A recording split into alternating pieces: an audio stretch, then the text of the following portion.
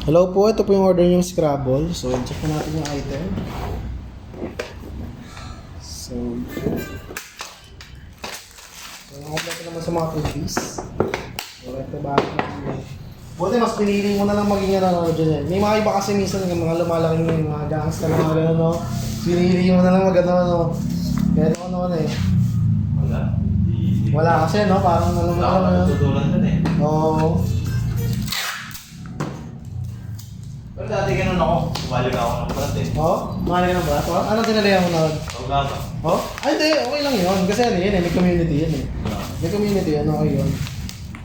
Iba yung ano, iba yung laking ano eh.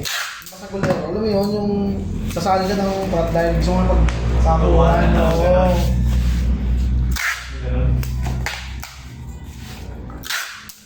Ano yung dalawa lang kay Judy dito? Ngayon. Nakalib si Kino kasi birthday kahapon ng anak niya. So nakakapagod nga naman kapag after ng birthday ng anak niya. Kaya ako ng birthday ng anak ko, nung June. Nakakapagod din yan eh. Oh, nag-birthday pa lang. Oo. Ako sa Jollibee na gano'n eh. Saan ka nag-birthday? Dito sa Boy na Tubig.